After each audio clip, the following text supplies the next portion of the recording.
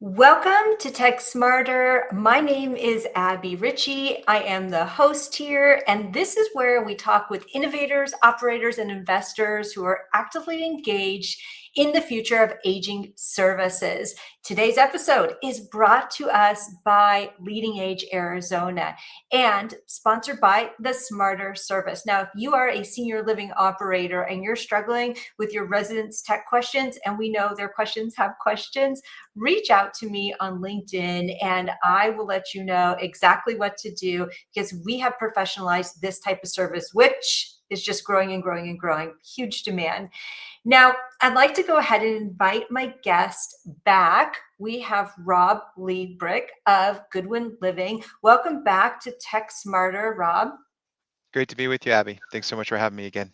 Yeah, you're welcome. Rob, I first got introduced to you, it's got to be like years ago, when you're talking about memory and brain health. And I just was fascinated with that, having struggled through that with one of my parents and connected with you on that point. And I've just been an avid fan and follower of yours ever since then. So I'm thrilled and honored to have you back on the show and just to reconnect with you and everything that you are doing at Goodwin Living. So well done. And for anyone who's not familiar with you, could you please introduce yourself and how you got into senior living? Sure. Yeah, I've been in senior living since 2002. I came in because I had a personal experience with my grandmother who was supposed to move into a senior living community, and I sat bedside with her the day that move was supposed to take place as she passed away. And that really compelled me to shift from telecommunications, which was my field before, for just about 10 years into senior living. And when I first started, I came in through the marketing and sales side.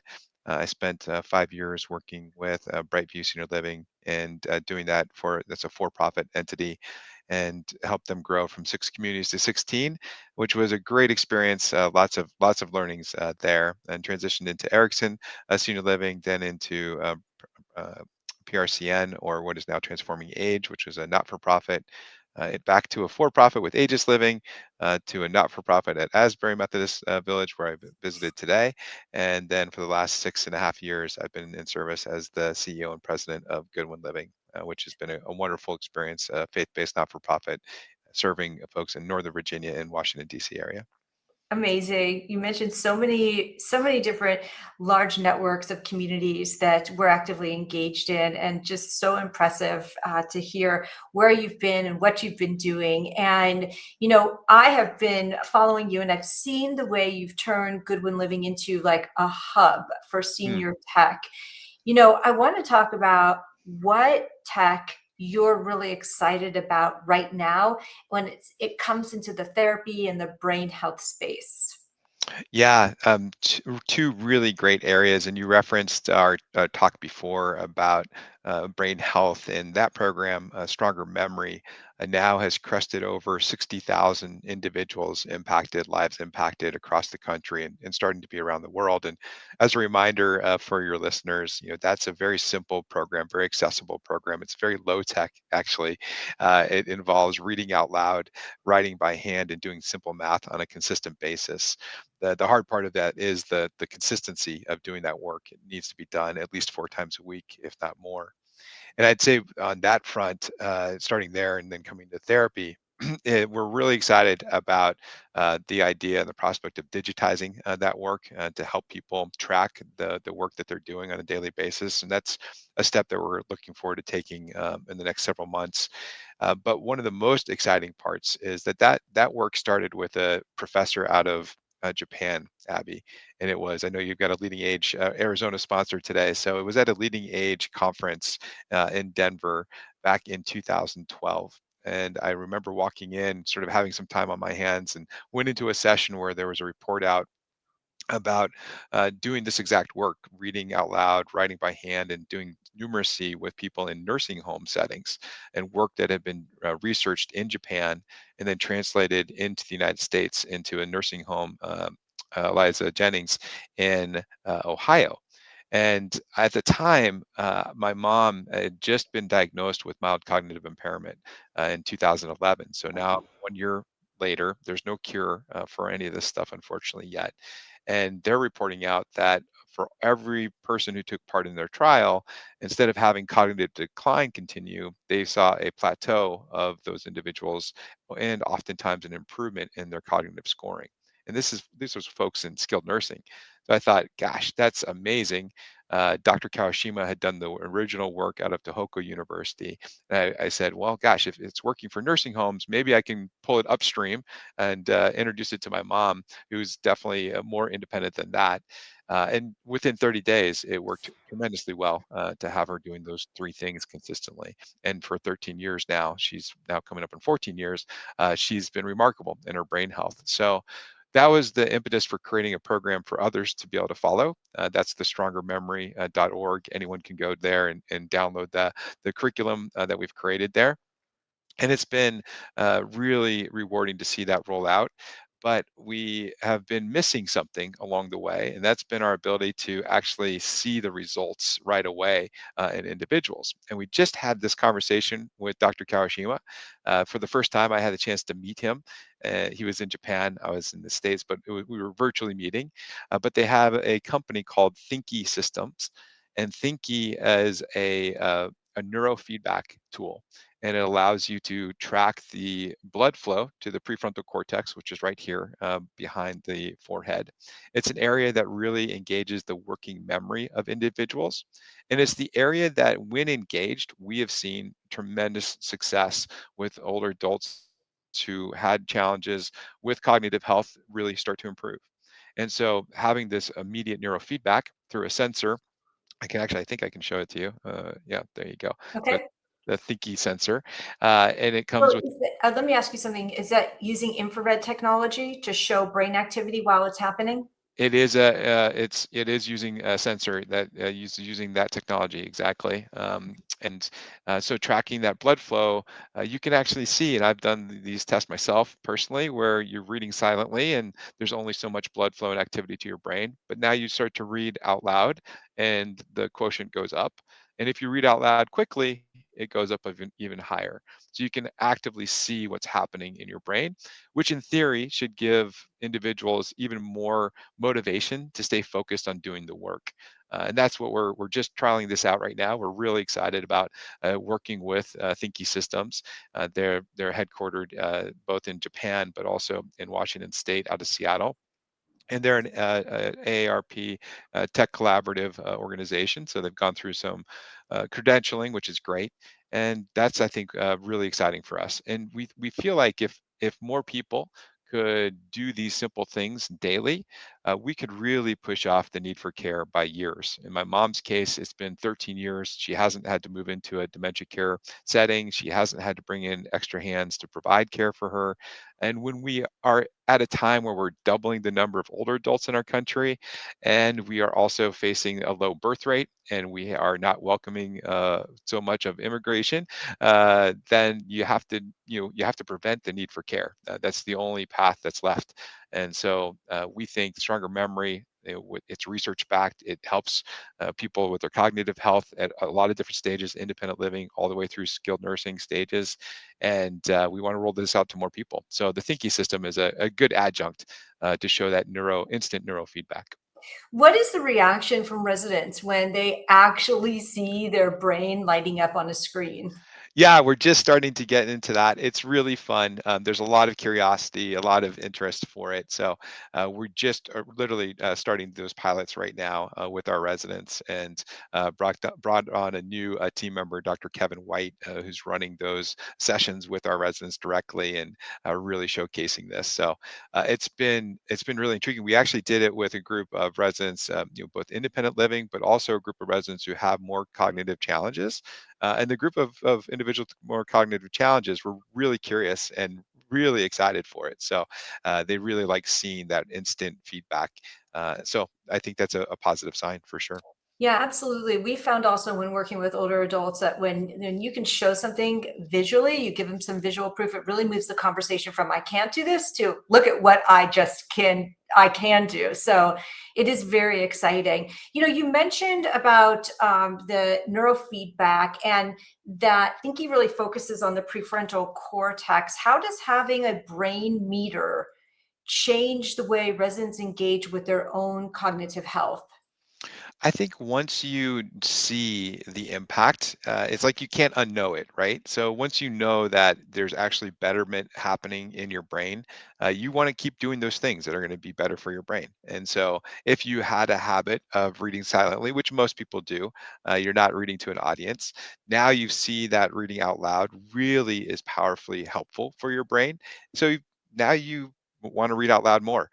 This is what I experienced from our residents early on, even before we had a neurofeedback loop, is that, after people started reading out loud for a couple of weeks, they'd come back to me and say, Rob, I don't have any cognitive issues, but I read the Bible every day. Now I'm reading it out loud and my focus is so much better. So they already had a sense that just by doing the work, they could tell that things were improving. And now you have the ability to see this visually, as you referenced. It's really could be a game changer for folks to really push them over the edge of doing this simple work consistently daily. It's sort of trying to make everyone see, like, if you're brushing your teeth, twice a day or once a day at least, that's a good habit. Now we can make reading out loud a similar habit. Do it 5, 10 minutes a day and see how amazing the impact is for one's brain. Yeah, purpose driven is so key to this. And we have found that when we help residents really connect these tech tools to their personal goals, whether it's fitness or even just health monitoring, that makes the digital experience so meaningful for them. Um, so I'm super impressed with the amount of people that you've been able to reach with Stronger Memory and the coverage for that. How is the rollout going, and what are some of the biggest lessons you've learned from this massive rollout? Yeah, I mean, it's all been organic, Abby. So a lot of this is trial and fire and learning along the way. We did our first pilot programs back in January of 2020. So those were in person with our residents at Goodwin House Alexandria, Goodwin House Bailey's Crossroads. And what we found was sort of profound. It was that the work itself was helpful. Doing the reading out loud, doing the math, it was motivational for a number of people, but was even more gratifying, I think, was couples who had been married for 50 years or more coming back to us and saying, "Gosh, these writing prompts are spurring wonderful conversations between us, and we're spending hours in dialogue in a way that we haven't done for years." And so you get this uplift, sort of this connective uplift, because people are talking again and there's curiosity back, and there's this deeper connection that's occurring. And I think that was one of the early surprises that has played out in the research. The George Mason University has been our research partner for over 4 years, and initially when they did the study, we came to them with our results of pre and post testing on cognitive health, and they said, "That's great, but let us go out and test and verify." And they found the same results we had found with over 100 individuals, that this was statistically significant improvement in one's cognitive health after just 12 weeks. And that was helpful and great to see. And then they also verified that by doing it with a social network, by having a group that you come together with on a weekly basis, or a consistent basis, and they hold you accountable, that your cognitive health improves even more. But not just your cognitive health, your overall well-being and sociability improves. And so, there's additional elements here that we didn't really think about when we started. So I think that was one of the big surprises.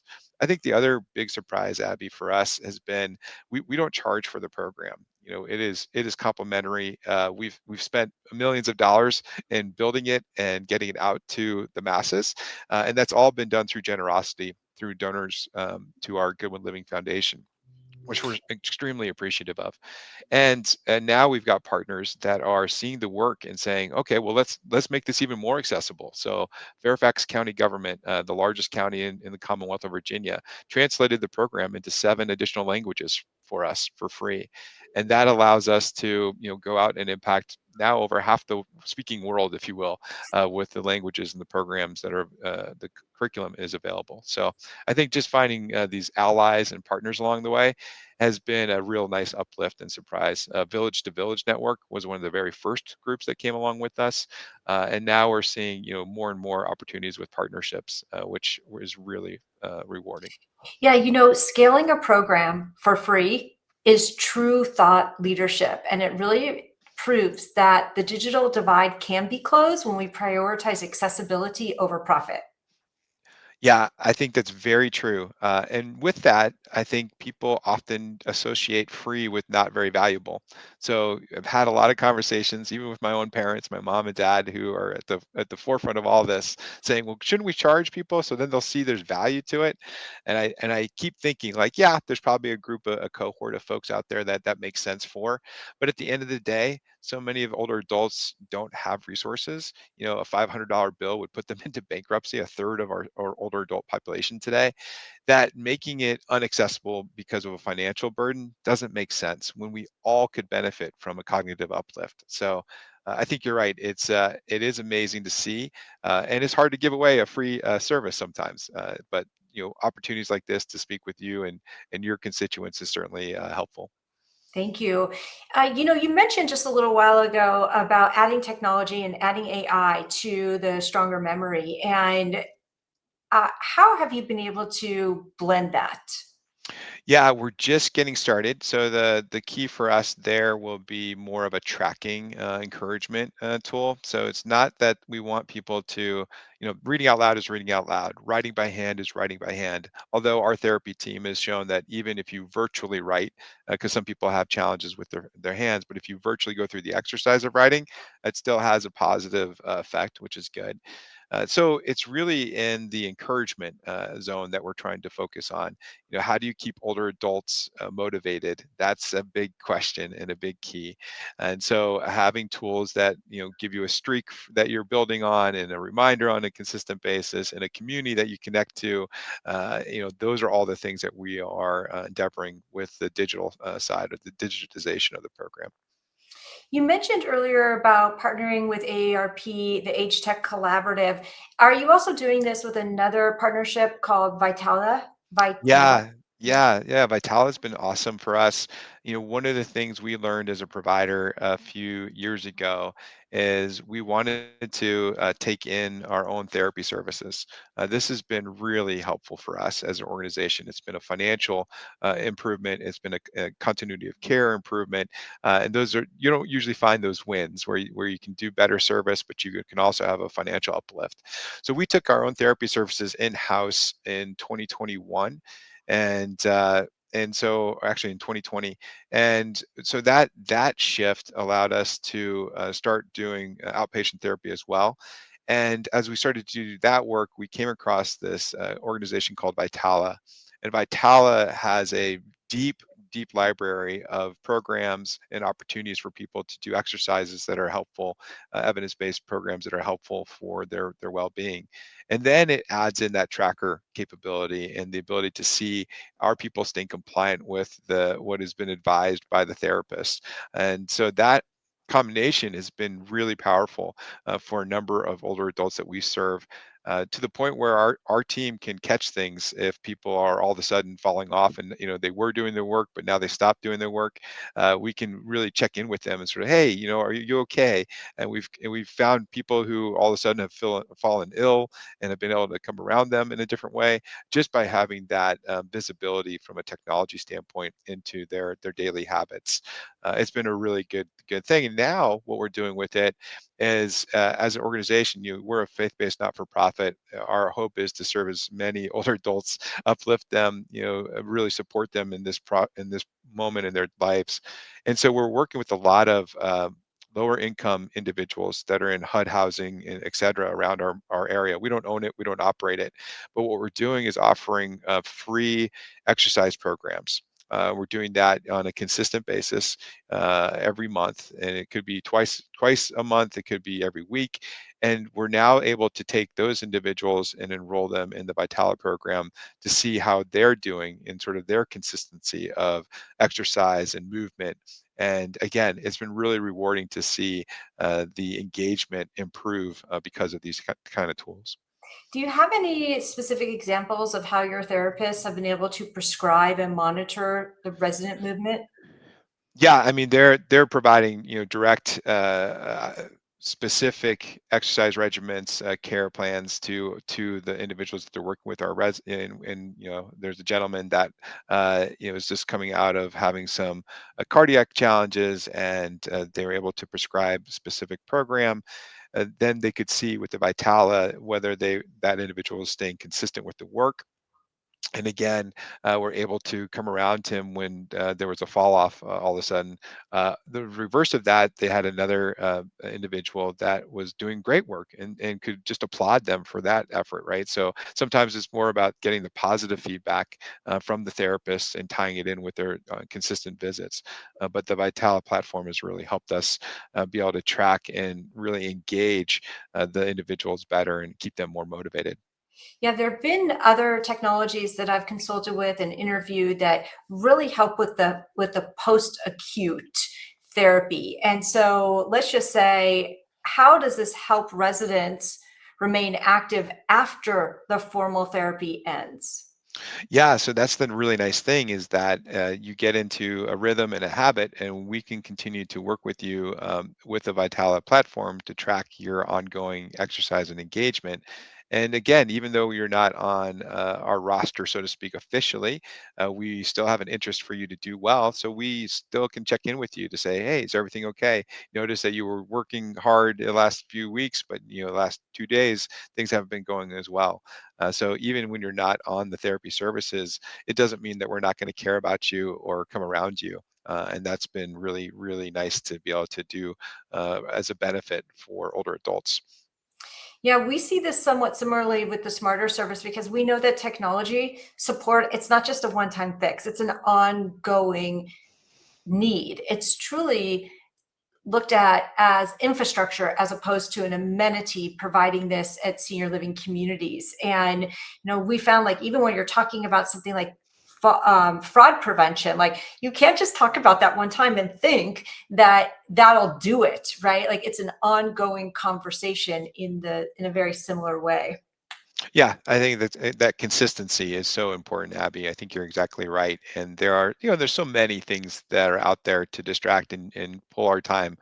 So you needing to repeat things, needing to come around people consistently, and for the things that we already know are so important, like movement, physical movement is critical to one's brain health. It's critical to one's heart health.